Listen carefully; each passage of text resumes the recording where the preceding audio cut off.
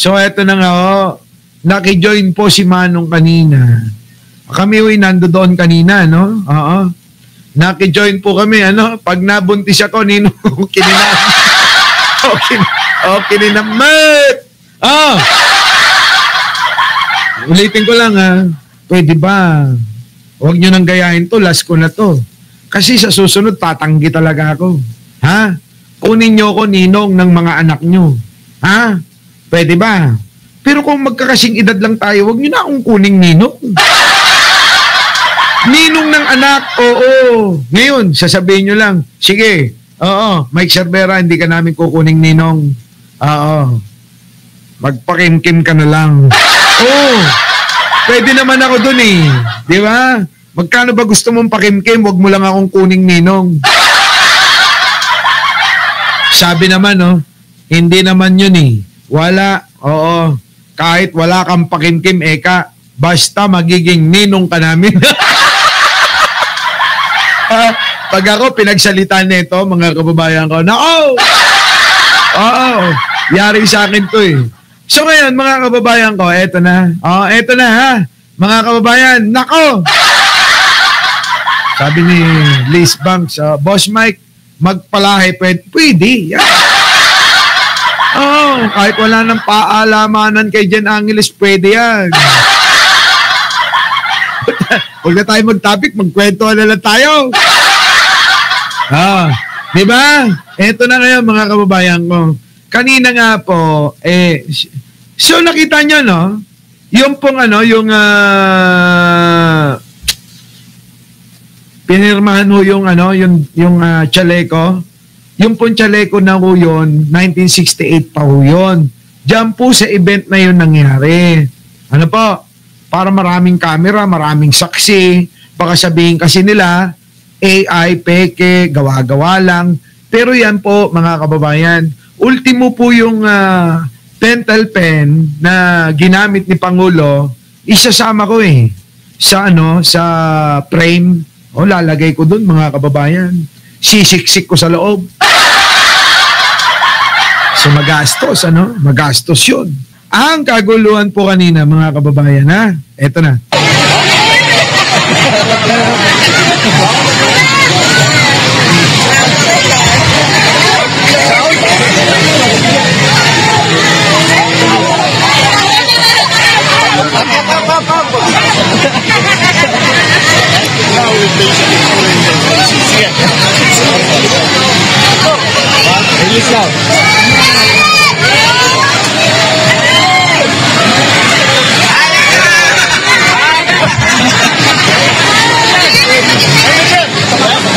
Grabe, no? Game na game, mga kababayan. Game na game si Manong Bongbong, Kita nyo naman, Ito pong isa, si Bini kasama. Game na game po, kita nyo, Kaliwat ka ng mga pagtatrabaho. Pero nakikita nyo naman, nandiyan pa rin kasama ng mga bata, ni Pangulong Bongbong Marcos, talaga naman, nakisali, nakigulo, nakipagrambola, nalaka, halos mahubaran na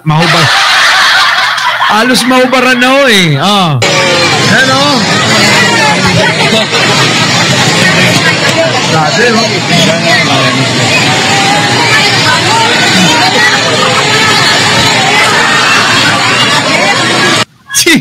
Si Bini, hindi mo alam kung sinasadya niya na na parang pinapahirapan niya si President, Tingnan niyo parang sige, mahirapan ka dyan, bala ka. Diba, Ang cute, Pero parang sinasadya niya, pero cute, Ang ganyan, Parang nagkukulitan silang dalawa. Eto na.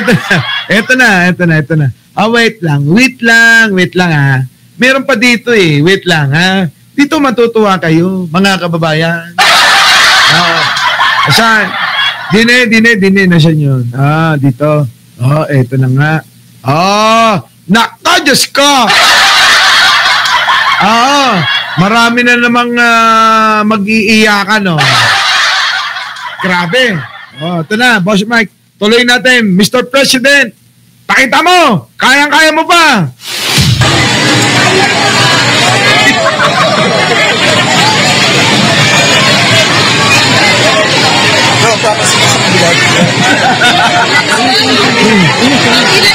Grabe.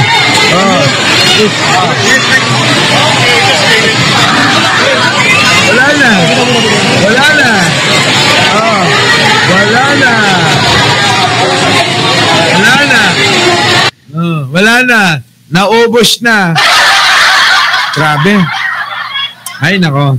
Ewan ko ba, mag-iiyakan na naman daw mga DDS dito. Ewan ko. Bahala sila. Eto, mga kababayan po. Eto pa, oh. Papanoorin nyo po ito, ha. Panoorin nyo, ha. Ito na, oh. Oh. Tingnan nyo, panoorin nyo, ha. Oh! Grabe, mga kababayan, oh. Halos mahubaran si Pangulo. Kanina, oh. Halos mahubaran si Pangulo dahil po dito. Oh, ayan, oh, mga kababayan ko, oh. Oh. Yan, oh. Yan, oh. Kita nyo? Mga kababayan, ayan, nako, pinagkaguluhan na. Nalintikan na, oh. Oh. Nako. Oh. Kawawa naman, oh.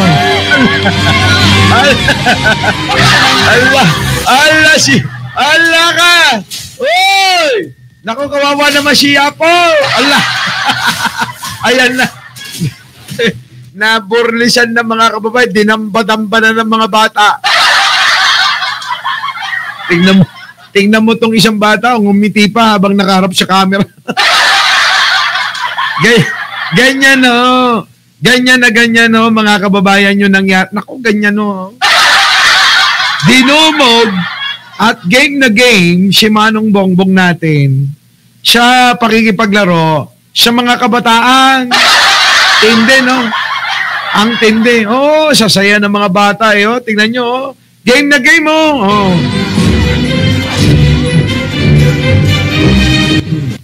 Yan, oh. Hala ka. Ano? Ayun, tuntua, eh, oh. Tuntua yung mga bata, oh. Hala ka. Diba? So, ngayon, eto ang tanong. Ito tanong na sa akin kanina, eh. Sana masagot nyo rin, ano. Tanong sa akin, sabi nga ni Digong, no? Sabi ni, sino ba nagtanong sa akin, vlogger, no? Tinanong ako ni Chris Ulo. Oo, kanina. Nando doon kasi naka-live siya. Sabi niya, si Digong, sabi niya noon, ang Malacanang ay para sa mga Pilipino. Hindi. Akin ito. Itong Malacanang ay para sa mga Pilipino. Sabi, di ba? Ang tanong nga, ganito, bakit walang mga ganitong pagkakataon na imbitahin ng sambayanan, mga kabataan, mga bata, dyan po sa mga event na ganyan sa Malacanang? Never po nangyari. Tama, mali, mga kababayan, ha? Tama, mali. Sabi niya, eh, oh, JC, budol, eh, no? Sabi ni Digong, mga kababayan, ang Malacanang ay pag-aari ng mga Pilipino. Pero, mga kababayan, bakit ang tanong? Bakit walang event sa Malacanang na nag-imbita ng maraming kabataan? At ito po, hindi lang po ngayon yan. Maraming mga nangyayari na hong ganyang event. At ito, sabi ko nga, ang sagot ko sa tanong nung si Chris Ulo, sabi ko, paano na mangyayaring may ganyan? Totoo naman, may nangyari, kaya lang, ang nagiging masaya, hindi mga bata, hindi mga Pilipino, kundi sila lang. Tama? Oh, siguro napanood nyo yung kanina. Ano sabi ko? Meron namang imbitasyon na. Pero sa mga chika-bebe lang. Yung bang mga pupupuin lang nila nung panahon ni Digong? Di ba sabi yan ni Nino Barsaga? Mga babae lang daw yung mga pinapapasok doon. Tapos anong ginagawa? Pinupupo. Binibengbang nila, sa Malacanang. Kaya mga kababayan, malamang maraming tiyanak dyan eh. Kaya wag na kayo magtaka. Kung dati kapre, tikbalang, at mga duwende lang yun nandyan. Ngayon mga kababayan, tiyanak meron na yan. Bakit? Ay, sorry my son, you are born without mother. Di ba? Mga kababayan ko? So, ngayon, yun ang nangyari. Di ba? Oo. Puro mga, yan, mga, ikaw talaga, Heidi Pantino, ha? Mga babae lang ang ini-invite nila sa Malacanang. Kaya siguro naisip, nung isang gasolito, gumawa ng made in Malacanang. Yan! Diyos ko, yun naman pala yun! Grabe! Grabe, no? Matindi, no? So ngayon, mga kababayan ko, eto na. Kukumparan nyo naman dyan, mga kababayan, no? Dali, ha? Eto pa. Dagdag pa natin to, Boss Mike. Oo. Bawal mainggit, ha? Eto na, mga kababayan. Eto na! Abong ko! Yan ang mga kababayan, Nako! Wait, Boss Mike. Tuwan-tuwa ka dyan, ha? Hayop ka. Naiinggit sila. Eto na, mga kababayan ko. Tignan nyo, para meron tayong resibo. Alam nyo, mapapansin nyo dyan, mga kababayan, parang star na star ako, Ha? Para bang lahat ng mga taong nakapaligid dyan, kilalang kilala ako, Ha? Hindi nyo ba napansin? Ayun mga kababayan, pinagtutulakan pa ako. Mr. President, nandito si Mike Cervera. Papipirman daw yung kanyang minana pa sa kanyang lolo at lola. Diba? Ito na. Ayan, tingnan mo si ate, Oo. Yung stop dyan. Talaga namang mahal na mahal nila ako. Oo. Shout out po lahat. Ang paapat ko na naman ni Rico Limay. Madimat.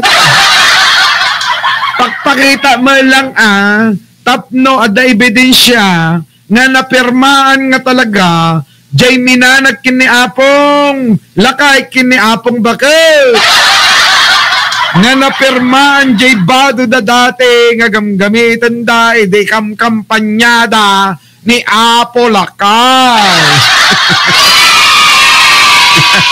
Diba? Ito na, ayan na,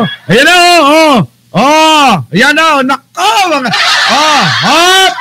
sino ang saksi? Mga kababayan, yung mga stop yan, lahat yung mga nakapaligid na nakapula na yan, stop yan dyan. Stop lahat yan. Kita nyo, sabi ng mga, stop, bawal kayong lumapit kay Manong Bongbong o Kininayo. Pero ako hindi. Sinalubong ko si Manong Bongbong Eto na ngayon, tingnan nyo. Sinalubong ko yan. Nakapila lahat yung mga vlogger din dito.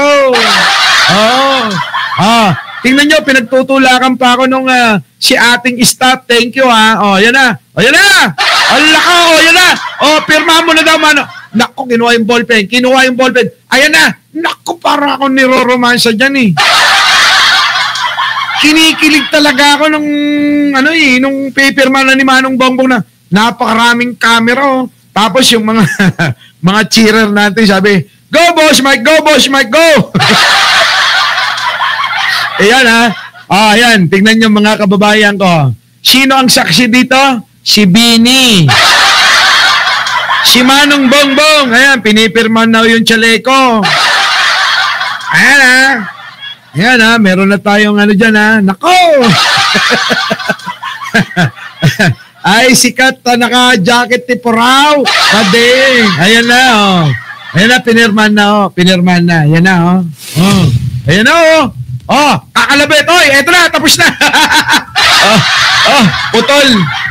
Putol, kinamayan pa ako ni Manong Bongbong ng ganyan. Toki ni Nanat Toyan ko na. Ay, grabe. Diba? So ngayon, ang tanong, maliwanag na, genuine. Yung ating, yung kulay puti na hoodie, suot-suot ng lola ko, nung nangangampanya para kay Apo Lakay. Kinutkot ko yung baol para po makuha yan, yung pinirmahan na ho yan. Oo. So ngayon, ang gagawin ko, papaprame natin, At, swerte. Kung kanino ko ibibigay yan. O kaya, gawin nating charity, Isip ko gawing charity. Bidding tayo. Sabi siguro ni Manong Bongbong, tokin na Mike Cervera, pinagkakitaan mo ng day permakon.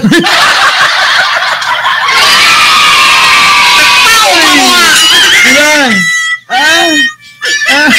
Hindi kaya gano'n gawin ni Manong Bongbong. Sabi sa akin ni Manong Bongbong, pag nagkita kami, tokin na pinagkakitaan mo ng day kwartakon. Pinagkwarta isang manan di permakon, tokin ni Nam. Diba? Diba no? Yan go. Genuine. GI. Ayos, diba? So ngayon, alam nyo na. Panoorin nyo na yan sa maraming kuha ng RTBM, sa mga vloggers na mga naka-live, sa mga nag-upload. Talaga namang center of attraction tayo dyan. Alam nyo na. Wala, hindi kayang tumbasan ni Boss Toyo yung presyo niyan. Payat, payat yan, Pak Beach, $500, marami ko niyan. Kadideposito lang nung kanina yung kliyente ko Magkano yung dideposito, Boss Mike? 34,000 Kanina, may nagdeposito, $34,000. Dalhin mo wala ngang ibabayad Jun Castro. Walang ibabayad si Boss Toyo doon sa luma na yan.